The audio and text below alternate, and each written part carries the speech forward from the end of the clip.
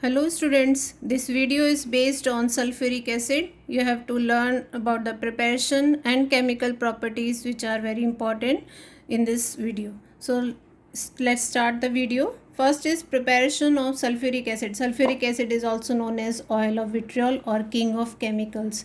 King of chemicals because it is used in almost all industries like paints, dyes, leather, soaps and detergents, etc. So it is known as king of chemicals. It is also known as oil of vitriol. Now preparation of sulfuric acid nowadays is done by contact process. The name of the process is contact process. There are four steps involved in this process. First is the production of sulfur dioxide from sulfur. Sulfur dioxide is prepared by any other method also. Sulfur dioxide is prepared. So the reagent required, basic reagent is SO2. In the second step, oxidation of SO2 is done to form SO3. Then SO3 is dissolved in sulfuric acid to form oleum, and then the dilution of oleum is done. So first step is production of SO2. See this? Sulfur reacts with oxygen to form SO2. Now SO2 can be prepared by the reaction of sulfur with oxygen. It can also be produced by as a side product during the roasting of ores. So during the roasting of ore, what happens? Sulfide ores are roasted in air and the sulfur dioxide is formed as a side product. So all the industries which carries out the roasting of sulfide ores, there is another plant, side plant also, in which the production of sulfuric acid is done because sulfur dioxide is produced during the roasting of ores. So that sulfur dioxide is used up instead of wasting it. So FeS2, it is known as fool's gold because its appearance is like gold, but it does not contain any gold, it contains iron. FeS2 reacts with oxygen, this is roasting, and it forms Fe2O3 oxide is formed and sulfur dioxide gas is released. Now balance this reaction. There are 2 Fe, put here 2 FeS2, then sulfur 4, put here 4. Now check the oxygen, 3 and 8, 11. So write here 11 by 2. So this is the balanced equation. So SO2 can be produced by any method, by the burning of sulfur in air or by the roasting of sulfide ores. Second step is this SO2 produced is then further oxidized and it forms SO3. This reaction is carried out in presence of a catalyst. Now this reaction is highly exothermic. Now let's check the conditions which are favorable for the formation of SO3. What is the first condition? Here the balance this equation. 2 sulfur here, 2 sulfur. Now this equation is balanced. Now check the conditions. Here total moles are 3 moles. Here total moles are 2 moles. So on increasing the pressure, the equilibrium shifts in that direction in which there are less number of moles. So according to Le-Chatelain principle, high pressure will favor the forward reaction. So high pressure is required. Second is temperature. Since the forward reaction is exothermic, so the low temperature will favor the forward reaction. That is according to Le-Chatelain principle. So low temperature and high pressure, these are the conditions. And third is presence of catalyst. So what are the conditions to maximize the yield of sulfuric acid? High pressure. Now since very high pressure and very high pressure conditions, what will happen? These are acidic oxides. They will corrode the container or the plant under high pressure. So the optimum pressure taken is 2 bar. Low temperature favors the forward reaction, but very low temperature will reduce the rate of reaction. So temperature of around 720 Kelvin is taken and presence of catalyst. 2 catalysts can be used here, either platinum or divanadium pentoxide. Now platinum is easily poisoned by the arsenic impurities. Arsenic impurities are present in sulfur dioxide, so it is easily poisoned. It is also costly. So what is done? It is preferred.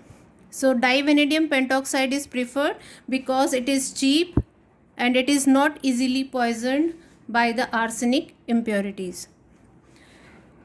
Next step is absorption of SO3 in 98% of H2SO4. The SO3 that is formed in the above step, it is dissolved in 98% H2SO4. Now you will ask why H2SO4 is used here when we are preparing H2SO4 itself. So the reason is, if you dissolve SO3 in water, it will also form H2SO4, but this is not done because when sulfur trioxide is dissolved in water, there is a dense fog that is formed, or dense cloud, gaseous cloud is formed, which is difficult to condense. So this reaction is not done. Sulfur dioxide is not directly dissolved in water because a dense fog or cloud that is formed, it is difficult to condense and it is corrosive in nature. So first sulfur dioxide is dissolved in 98% oleum. Add this, what it will form? H2S2O7. This is known as oleum. So this is formed. This oleum that is formed is then diluted to get the H2SO4 of required strength. So diluted, you will get 2 H2SO4 molecules. This is balanced equation. H2SO, this water will dilute this oleum and it will form H2SO4. So in this way, H2SO4 of desired strength can be prepared by the dilution of oleum. So this is the preparation of sulfuric acid. Next, coming to structure. The structure of sulfuric acid, one double bonded oxygen, one OH, then one double bonded oxygen and one OH. This is a structure of sulfuric acid. Now its properties are, it is a colorless, viscous, oily liquid. It is highly viscous in nature or oily liquid. Second step, it has second property, it is very high boiling point and high viscosity. These two properties are due to intermolecular hydrogen bond that is formed. This sulfuric acid, through these oxygen, it can form intermolecular hydrogen bond with another molecule of sulfuric acid. So in this way it will prepare S double bond O, OH. This is a structure with another sulfuric acid molecule. Intermolecular hydrogen bonds are formed. So due to this intermolecular hydrogen bonding, it has high boiling point and high viscosity.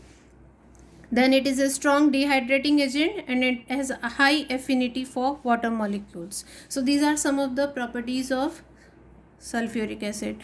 Now coming to the chemical properties, all the chemical reactions of sulfuric acid are based on 4 important properties of sulfuric acid. First is, it can act as acid. So due to its acidic nature. Second, it acts as a strong dehydrating agent. So it has a dehydrating nature. Dehydrating nature means it removes water molecules, or it has high affinity for water molecules. Third is oxidizing nature. And fourth is it low volatility. It is very less volatile.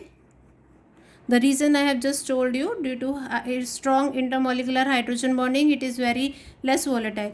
Due to these 4 properties of the sulfuric acid, it shows all the chemical reactions: acidic nature, dehydrating agent, oxidizing nature, and low volatility. Now first is acidic nature. Sulfuric acid is a strong acid, and when it is dissolved in water, it ionizes in 2 steps. First step, it will react with water. It will form H plus HSO4 minus. In the second step, this HSO4 minus will it will form H3O plus. It will donate its proton to H2O. It will form H3O plus and sulfate. So the Ka value or ionization constant of this is, it is 10 power 3. It is 10 power around 10 power minus 2. Now since this value is very high, it is a very strong acid and it forms two series of salts, sulfate and bisulfates. It is a dibasic acid, dibasic because it has two OH groups in it. So it acts as a dibasic acid and form two series of salts. On losing one proton, it will form bisulfate or hydrogen sulfate. On releasing both the protons, it will form sulfates. Now some of the reactions which are based on its acidic nature. NaOH reacts with H2SO4. These reactions I have told you. NaOH, it is an acid. Acid reacts with a base. It will react with all the bases and it will form salt and water. So it will form Na2SO4 plus H2O. This is a simple acid base reaction, that is neutralization reaction. You can balance this reaction. So acid reacts with base to form salt and water. Since it is an acid, it reacts with highly active metals like zinc and magnesium, all the metals which are above hydrogen in the reactivity series, and these metals release hydrogen from this dilute sulfuric acid. This is dilute sulfuric acid and these active metals can release hydrogen. So it will form ZnSO4 plus H2. Magnesium will react with sulfuric acid to form MgSO4 plus H2. So all the metals which are above hydrogen in the reactivity series are able to release hydrogen gas from acids. If we take copper, it is below hydrogen in the reactivity series. Its reduction potential is plus 3.4 volt. Reduction potential of hydrogen is 0 volt. Since its reduction potential is higher than hydrogen, it cannot reduce hydrogen ions to form hydrogen gas. So this reaction will not take place. Again listen, copper has higher reduction potential, so it should undergo reduction. It cannot reduce sulfuric acid or it cannot reduce hydrogen ions that are present here to form H2, since its reduction potential is less than copper. So all the elements which are below hydrogen in the reactivity series cannot release hydrogen from acids. Next important property is dehydrating agent. Dehydrating means removing water molecule. Removing H2O molecule, all the possible H2 molecules are removed. First reaction, C12H22O11 sugar. When you add few drops of concentrated H2SO4 over sugar, you will find that it turns black, because this concentrated H2SO4 removes all the water molecules from here and what is left? Carbon black. So this black precipitate is formed and all the water molecules are removed. Now how many possible water molecules are here? 22. So it is 11 H2O. These water molecules are released. C6H12O6, again in presence of concentrated H2SO4, it will undergo dehydration and 6 carbon are again precipitated and 6 water molecules are formed. So it again forms black precipitate. Now next is, what is this compound? It is formic acid. In presence of concentrated H2SO4, water molecule will be removed. Now how many water molecule can be removed? Only one. So it will form like this. This hydrogen will be removed and OH. H2O will be removed and carbon monoxide gas. So they will be formed. Again in this concentrated H2SO4, remove water molecules. In this way the water molecule will be removed. Then what is left? One CO and one CO2. So what are the products formed? CO is formed, carbon monoxide, carbon dioxide is formed and water is formed. Now next reaction, copper sulfate pentahydrate. This is blue in color. Concentrated H2SO4, remove these molecules of water of crystallization. It forms anhydrous copper sulfate, which is white in color. So when you add few drops of concentrated H2SO4 to blue colored solid, it will form white colored CuSO4. All the water molecules have been removed. So these are some of the reactions which are based on dehydrating nature of sulfuric acid. Next is oxidizing nature. Hot concentrated sulfuric acid acts as an oxidizing agent. It acts as an oxidizing agent. Now how it acts as oxidizing agent? This is the reaction. It decomposes when it is hot. Concentrated sulfuric acid, it decomposes to form H2O, SO2, and nascent oxygen is released. Due to this nascent oxygen, it has a oxidizing nature and it is a strong oxidizing agent. Intermediate between H3PO4, it is a strong oxidizing agent than H3PO4, but it is a weaker oxidizing agent than HNO3. So it is intermediate between phosphoric acid and nitric acid. Now it can oxidize, since it is an oxidizing agent, it can oxidize metals as well as non-metals. Now let's check first metals. Metals like copper, silver, mercury, which are below hydrogen in the reactivity series, they do not react with dilute sulfuric acid, but they are easily oxidized by concentrated H2SO4, and the products formed are sulfate, or you can say salt is formed, plus sulfur dioxide plus H2O. These are the products formed. Non-metals, with non-metals, the product formed is oxide or oxo acid. Oxide is formed when the oxo acid is not stable. Oxide or oxo acid is formed plus SO2 plus H2O. So SO2 and H2O are same in both. H2SO4 oxidizes metals to form their salt, SO2 and H2O. It oxidizes non-metals to form oxide or oxo acid, sulfur dioxide and water. Now let's check how these reactions takes place. First I am writing the reaction with copper, Cu plus H2SO4. As I have told you, copper will form sulfate, CuSO4, sulfur dioxide is formed and water is formed. Now how the reaction actually takes place? First H2SO4, concentrated H2SO4 decomposes to form H2O plus SO2 plus O. In the second step, this oxygen is taken up by copper and it get oxidized to CuO.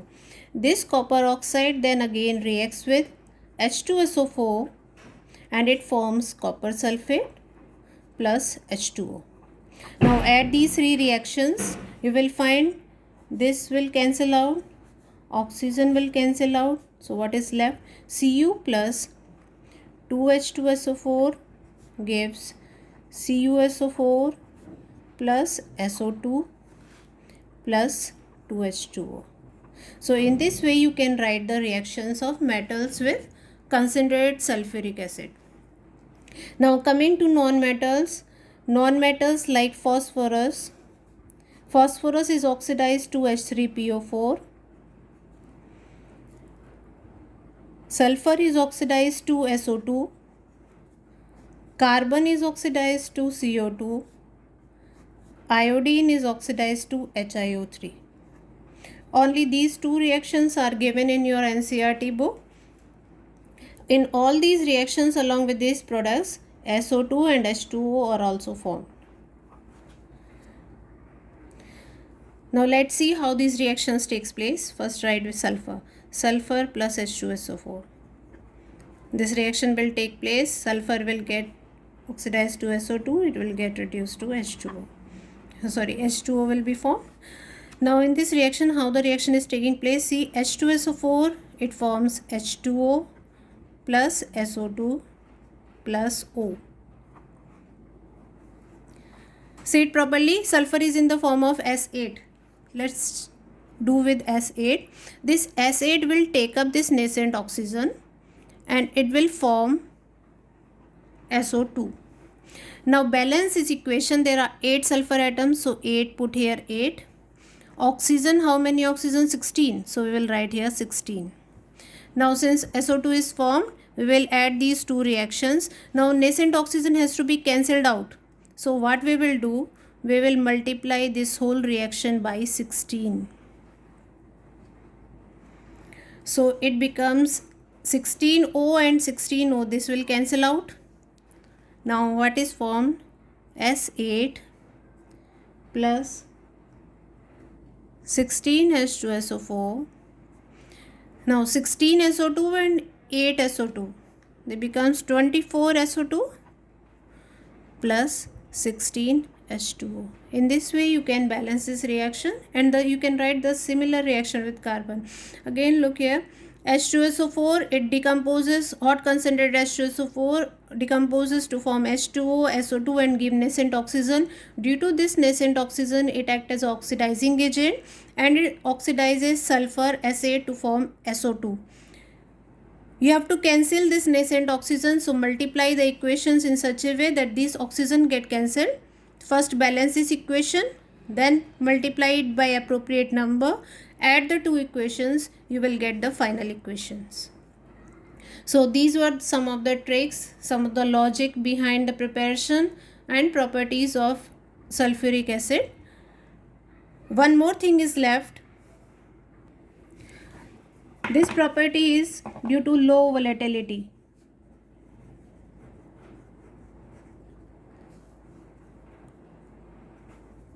Now due to this low volatility, what happens? Since it is less volatile in nature, it will displace more volatile acid from their salts. So what happened? Salts of more volatile acids plus H2SO4. It is less volatile than most of the common acids like HF, HCl, then oxalic acid, acetic acid, nitric acid, nitrite. All these are more volatile than sulfuric acid. So it can displace all these acids from their salts. It will form sulfate plus more volatile acid. So it will displace more volatile acids from their salts. Let's take an example, CaF2 plus H2SO4. It is again concentrated H2SO4. See, HF will be removed from here, 2HF. So this is hydrogen fluoride and CaSO4 will be formed. So it is displacing less volatile acid, more volatile acid HF from its salt. Another example, calcium oxalate. C2O4 2 minus is oxalate ion. This is oxalate ion. It will react with sulfuric acid. Since it is more volatile, it will come out. It will form CaSO4 plus H2C2O4. This is oxalic acid. This is oxalic acid and it is more volatile. Another example you can take, NaNO2 plus H2SO4. Again Na2SO4 will be formed and it will form HNO2. Now since it is an unstable acid, it will decompose or it will disproportionate to form NO plus and O2. So these are the three products formed in this reaction. HNO2 will be formed. It is a more volatile acid but it is unstable. So it will disproportionate to form NO and NO2. So these were the some reactions which are based on low volatility of sulfuric acid. So this all in this video. I hope you have learned much about sulfuric acid. Thank you.